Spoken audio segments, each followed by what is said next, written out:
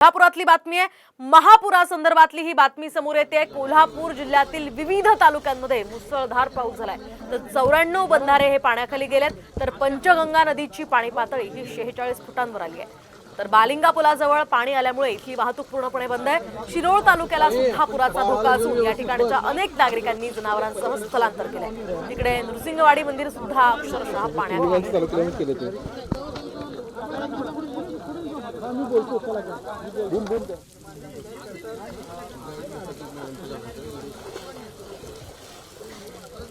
आपण पाहू शकतो। या दृश्यांच्या माध्यमातून या पुराची भीषणता आपल्या लक्षात येऊ शकते।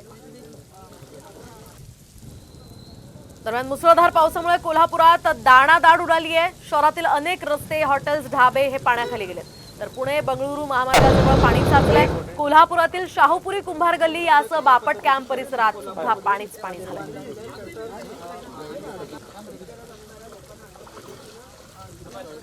दरम्यान या पावसामुळे कुठले मार्ग बंद करण्यात आलेत आपण पाहूया। यामध्ये कोल्हापूर रत्नागिरी राज्यमार्ग बंद असेल। यासोबतच कोल्हापूर गगनबावडा राज्यमार्ग सुद्धा बंद करण्यात आलाय। तर कोल्हापूर राधानगरी राज्यमार्ग सुद्धा बंद आहे। यासह कसबा बावडा शिये मार्ग सुद्धा बंद करण्यात आलाय। आणि या सगळ्या पार्श्वभूमीवर सध्याची कोल्हापूरची परिस्थिती काय आहे जाणून घेऊयात आमचे प्रतिनिधी रणजित माजगावकर यांच्याकडून। रणजित, काय अधिकचे अपडेट्स या पुरासंदर्भात?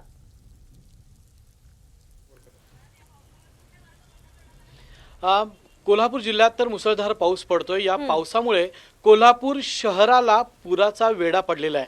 मी काही दृश्य आपल्याला दाखवण्याचा प्रयत्न करतोय। रंकाळा परिसरात असणारा वॉटरफ्रंट या बिल्डिंगवरून ही आपण दृश्य पाहतोय। कोल्हापूर शहराचा जो परिसर आहे, वेगवेगळी छोटी छोटी गावं आहेत, ही सध्या पुराच्या पाण्याने वेढलेली आहेत।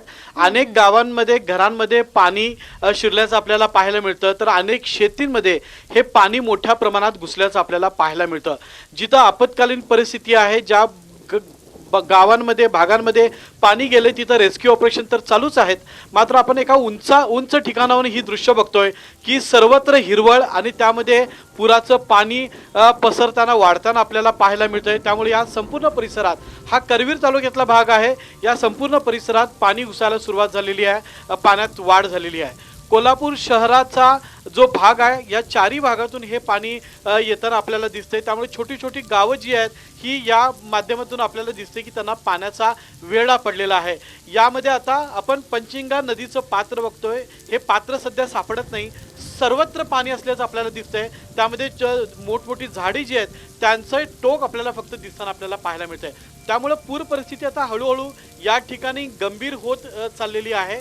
राधानगरी धरण परिसरामध्ये मोठ्या प्रमाणात पाऊस चालू आहे। इतर तालुक्यांमध्ये मोठ्या प्रमाणात पाऊस चालू आहे। सगळे अपडेट्स तुमच्याकडनं घेत राहणार आहोत। तुर्तास तरी कोल्हापूरकरांसाठी चिंताजनक परिस्थिती म्हणावी लागेल।